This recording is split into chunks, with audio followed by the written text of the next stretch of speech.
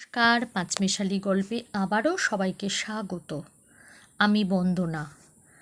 আমি কিছুদিন যাবতই আমি পদ্মজা উপন্যাসের পাঠ করে শোনাচ্ছি। আশা করি সকলের ভালো লাগছে। আমি জানি যে উপন্যাসের পৃষ্ঠা অনেক লম্বা, কিন্তু একটু একটু করে শোনানোর জন্য একটু সময় নিয়ে আপনারা শুনবেন। আশা করি সকলের ভালো লাগবে। তো আজকে আমি শুরু করছি আমি পদ্মজা উপন্যাসের 7ম পর্ব। মুহূর্তে ঠোঁটে হাসি ফুটে উঠল। সে পূর্ণাকে বলল, পূর্ণা রে, আম্মা আসছে। হেমলতাকে দেখে পূর্ণা কলিজায় পানি পেল। মনে হলো মাকে দেখি ব্যথা অনেকটা কমে গেছে।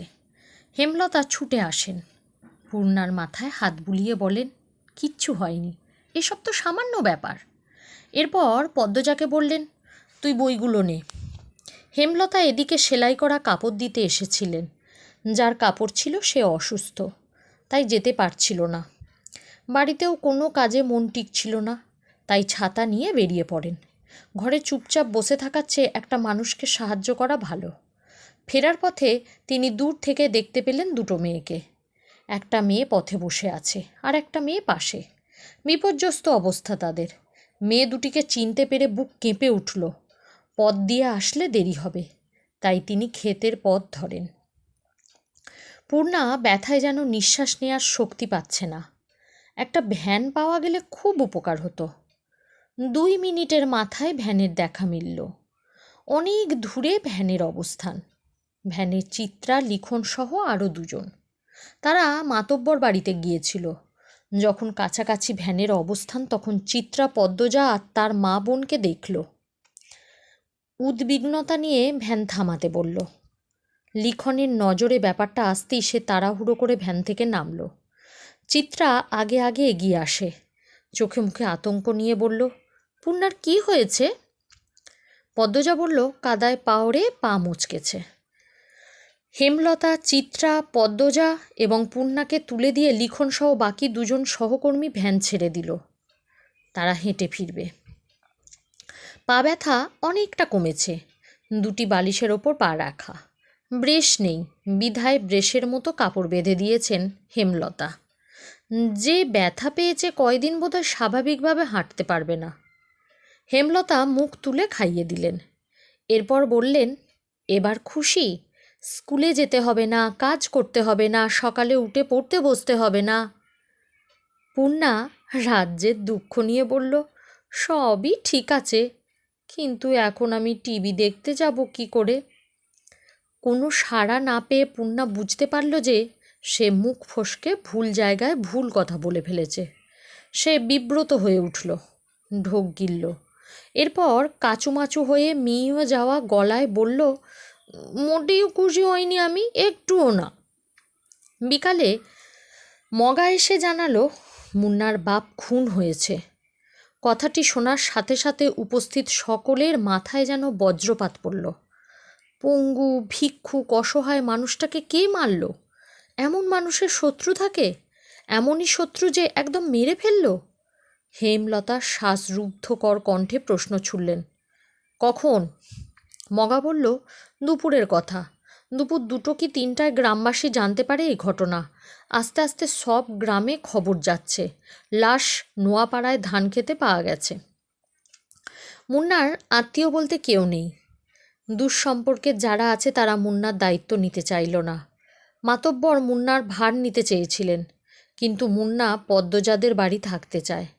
হেমলতা সানন্দে নিয়ে আসলেন মুন্নাকে। এখন থেকে মুন্না এই বাড়ির ছেলে। পদ্মজা, পূর্ণা খুব খুশি। খুশি হলো না শুধু প্রেমা। মুন্না প্রেমা সমবয়সী। প্রেমা ভাবছে তার আদরে ভাগ বসাতে মুন্না এসেছে।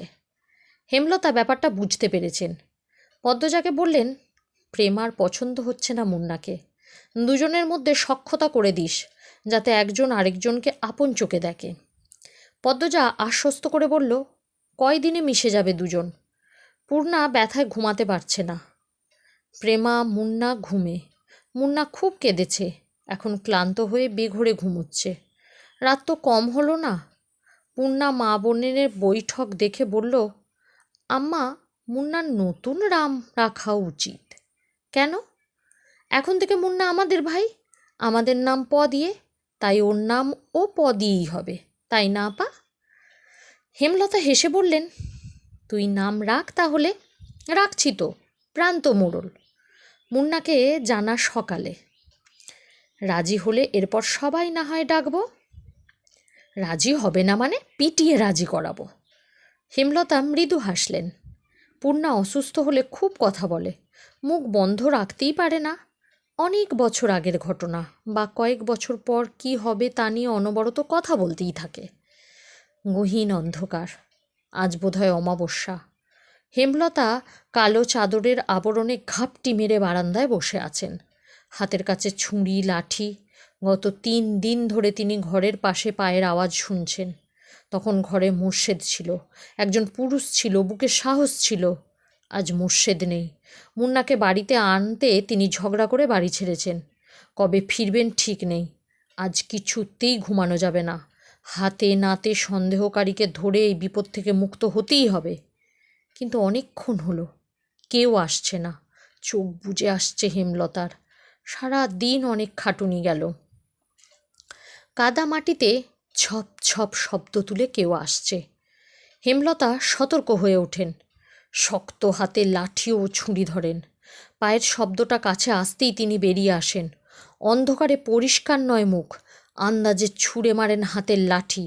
লাঠিটা বেশ ভালোভাবেই পড়ল সামনের জনের ওপর। পিছনের জন দৌড়ে পালালো। লোকটি আর্তনাদ করে বসে পড়ল মাটিতে। পরক্ষণেই পালানোর চেষ্টা করল, কিন্তু পারল না হেমলতার জন্য। হেমলতা দ্বিতীয় লাঠি দ্বারা আবার আঘাত করলেন। তার তীক্ষ্ণ দৃষ্টি স্থির। আহত ব্যক্তির আর্তচিৎকার শুনে বাড়ির ভেতর থেকে ছুটে আসে সবাই। টর্চের আলোতে চারদিক আলোকিত হয়ে উঠল। হেমলতা স্বাভাবিক ভঙ্গি নিয়ে দাঁড়িয়ে আছেন। তিনি যেন জানতেন এই লোকেরই আসার কথা ছিল। শুটিং দলকে তিনি আজই বের করে দেবেন, তবেই শান্তি। পদ্মজা, প্রেমা, মুন্না বেরিয়ে আসে। পূর্ণা ঘরেই রইল। পদ্মজা ডিরেক্টর আবুল জাহেদকে দেখে চমকালো। তখন কোথা থেকে আগমন ঘটল মোর্শেদের। আবুল জাহেদকে আহত অবস্থায় দেখে সবাই চমকে উঠল। কপাল বেয়ে তার রক্ত ঝরছে। একজন দৌড়ে গেল বাড়ির ভেতর থেকে ফার্স্ট এইড বক্স আনতে। লিখন কিছু সময়ের জন্য থমকালো। আব্দুল জাহেদের কপাল ব্যান্ডেজ করার পর তাকে একটা চেয়ারে বসতে দেয়া হলো। হেমলতা লাঠিতে এক হাতের ভর দিয়ে স্বাভাবিকভাবে দাঁড়িয়ে আছেন। লিখন প্রশ্ন করল, কি হয়েছিল? আপনি উনাকে আঘাত করলেন কেন? হেমলতা বললেন, এই অসভ্য লোক আজ 4 দিন ধরে মাঝরাতে এখানে ঘুরঘুর করে। তার উদ্দেশ্য খারাপ। লিখন আর চোখে পদ্মজাকে দেখল। এরপর আবুল জাহেদকে প্রশ্ন করল, উনি যা বলছেন সত্যি? আবুল জাহেদ গমগম করে উঠল, আমি আমি আজই প্রথম এসেছি। ঘুম আসছিল না, তাই হাঁটতে হাঁটতে এদিকে চলে এসেছি। হুট করেই উনি আক্রমণ করে বসলেন। হেমলতা প্রতিবাদ করেন দৃঢ় স্বরে, মিথ্যে বলবেন না একদম। আবুল জাহেদ কিছুতেই তার উদ্দেশ্য স্বীকার করল না। তর্কে তর্কে ভোরের আলো ফুটল। হেমলতা কঠিন করে জানিয়ে দিয়েছেন আজই এই বাড়ি ছাড়তে হবে।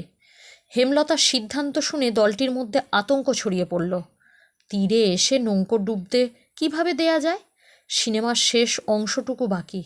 শর্ত অনুযায়ী আরও 10 দিন আছে। দলের একজন বয়স্ক অভিনেতা এই সিদ্ধান্তের প্রতিবাদ করলে হেমলতা জবাব দিলেন, আমার 3টা মেয়ের নিরাপত্তা দিতে পারবেন? একটা পুরুষ মানুষ রাতের আঁধারে যুবতী মেয়েদের ঘরের পাশ দিয়ে ঘুরঘুর করবে কেন? কিসের ভিত্তিতে? হেমলতা সবাইকে এড়িয়ে লাহারি ঘরে ঢুকলেন। এদের সাথে তর্ক করে শুধু সময়ই নষ্ট হবে। আবুল জাহেদের ধূর্ত চাহনি তার নজরে এসেছে বারংবার। প্রথম রাতে পায়ের আওয়াজ শুনে চিনতে পারেননি। এরপর দিন সন্দেহ তালিকায় থাকা 4-5 জনকে অনুসরণ করে তিনি নিশ্চিত হন রাতে কে লাহারিগড়ের পাশে হেঁটেছিল। লাহারিঘরের ডান পাশে তুষের স্তূপ, পলিথিন কাগজ দিয়ে ঢাকা থাকে। অসাবধানবশে আবুল জাহেদের কাদামাখা জুতা তুষের স্তূপে পড়ে, ফলে জুতায় তুষ লেগে যায়। এরপর দিন হেমলতা বাড়ির বারান্দায় জুতোজোড়া দেখতে পান। তুষ বাড়ির আর কোথাও নেই। তিনি ব্যস্ত হয়ে তুষের স্তূপের কাছে এসে দেখেন একজোড়া জুতোর চাপ। সেই জুতো যখন আবুল জাহেদ পরল, তিনি পুরোপুরিভাবে নিশ্চিন্ত হন। শুটিং দলটার মধ্যে একটা হাহাকার লেগে গেল। বেশ কিছুক্ষণ নিজেদের মধ্যে আলোচনা চলল। এরপর সবাই মোর্শেদকে ধরল। বিনিময়ে তারা আরও টাকা দিতে রাজি। হেমলতার ধমকের ভারে তখন চুপ হয়ে গেলেও টাকার কথা শুনে মোর্শেদের চোখ দুটি জলজল করে উঠল। ঘরে এসে হেমলতার সাথে ধুন্ধুমার ঝগড়া লাগিয়ে দিলেন। হেমলতা কিছুতেই রাজি হননি। সেসব দিন তিনি নিজের সিদ্ধান্তে অনড় থাকতে পারলেন না। দলের কিছু ভালো মানুষের অনুরোধ ফেলতে গিয়ে তিনি অস্বস্তি বোধ করছিলেন। 10 দিনের বদলে 5 দিনের সময় দিলেন তিনি। হেমলতা স্বস্তিতে নিঃশ্বাস ফেলেন। ভাগ্যিস কোনো ঘটনা ঘটার আগে ব্যাপারটা খোলসা হয়েছে। বেশ গরম পড়েছে আজ। মুন্নাকে পাশে নিয়ে পদ্মজা পাটিতে বসে আছে। মনোযোগ দিয়ে মুন্নাকে শিখাচ্ছে কাকে কি ডাকতে হবে।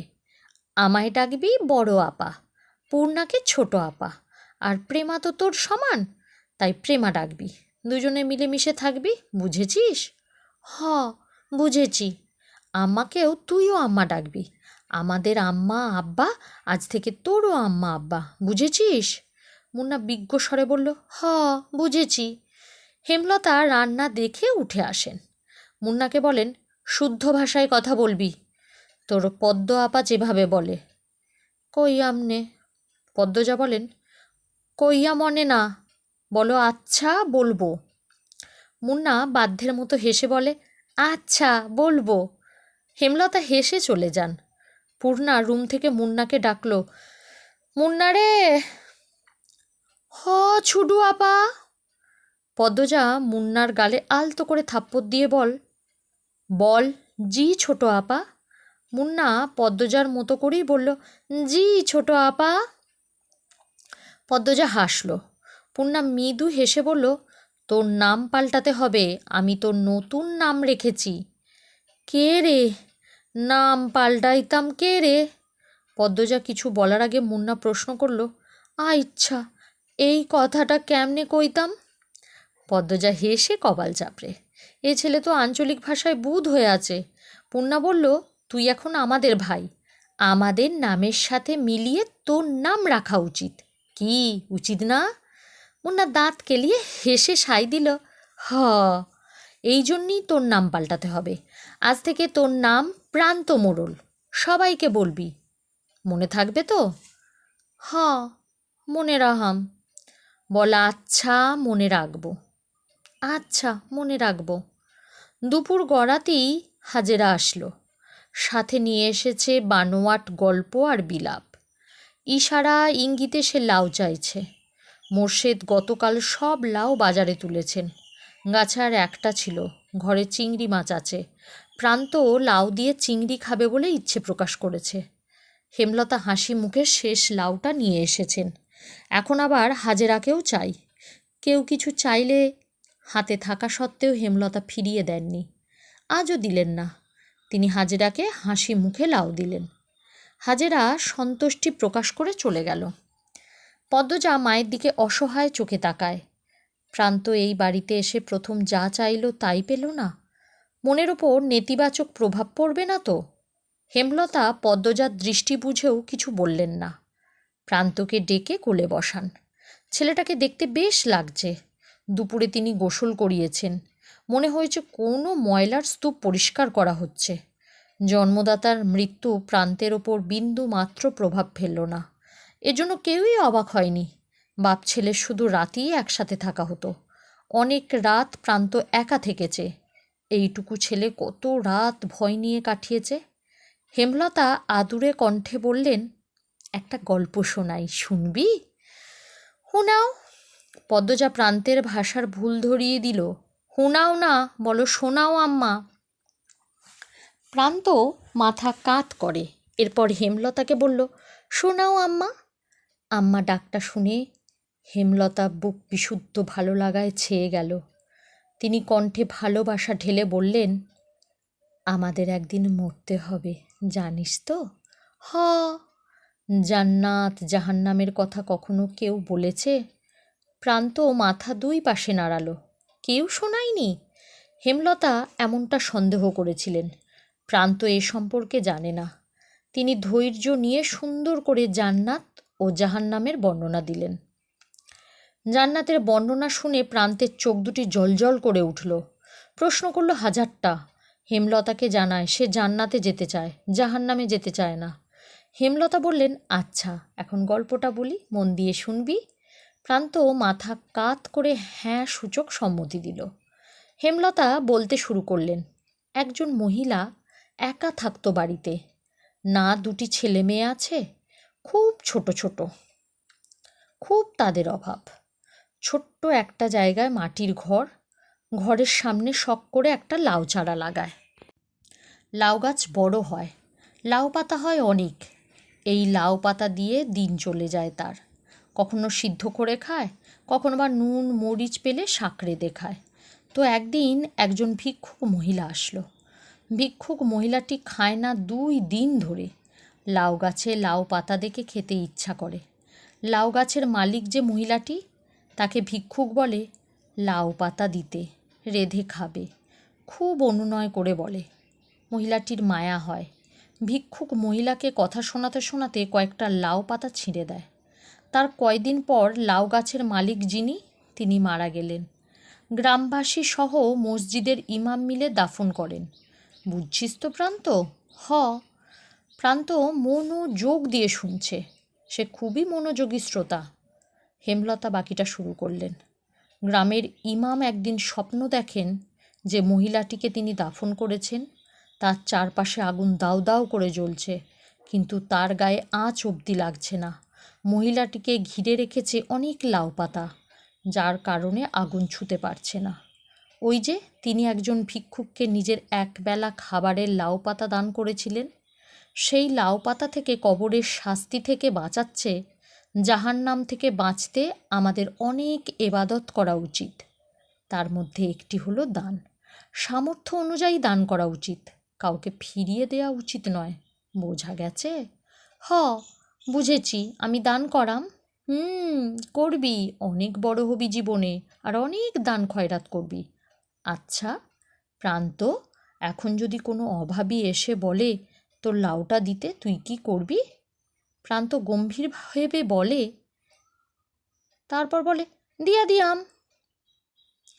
একটু আগে একজন মহিলা আসছিল না, দেখছিস তো? দেখেছি। সে খুব গরিব, বাড়িতে বাচ্চা আছে ছোট, এসে বলল লাউ দিতে, তাই তোর লাউটা দিয়ে দিয়েছি। এজন্য কি এখন তোর মন খারাপ হবে? লাউটা তুমি দিছ, তাইলে তোমারে আগুন থাইক্কা বাঁচাইব লাউটা। লাউটা আমি দিলেও তোর জন্যে ছিল, তুই এখন খুশি মনে মেনে নিলে লাউটা তোকেও আগুন থেকে বাঁচাবে। হেমলতার কথায় প্রান্ত খুব খুশি হয়। পরপরই মুখ গম্ভীর করে প্রশ্ন করল, একটা লাউ কেমনে বাঁচাইব আমারে? প্রান্ত নিষ্পাপ কণ্ঠে প্রশ্নটা শুনে হেমলতা, পদ্মজা, পূর্ণা হেসে উঠল। পদ্মজা বলল, কয়টা লাউ পাতা অনেকগুলো হয়ে মহিলাটিকে বাঁচিয়েছিল, তেমনি একটা লাউ অনেকগুলো হয়ে তোকে বাঁচাবে। প্রান্ত একটার পর একটা প্রশ্ন করেই যাচ্ছে। হেমলতা হেসে হেসে তার উত্তর দিচ্ছেন। পদ্মজার হুট করেই প্রান্তের থেকে চোখ সরে হেমলতার উপর পড়ে। মা হাসলে সন্তানদের বুকে যে আনন্দের ঢেউ ওঠে তা কি জানেন? পদ্মজার আদর্শে তার মা, সে তার মায়ের মতো হতে চায়। এখানেই শেষ করলাম সপ্তম পর্ব। আবার আসবো অন্য এক পর্ব নিয়ে। সকলে ভালো থাকুন। নমস্কার।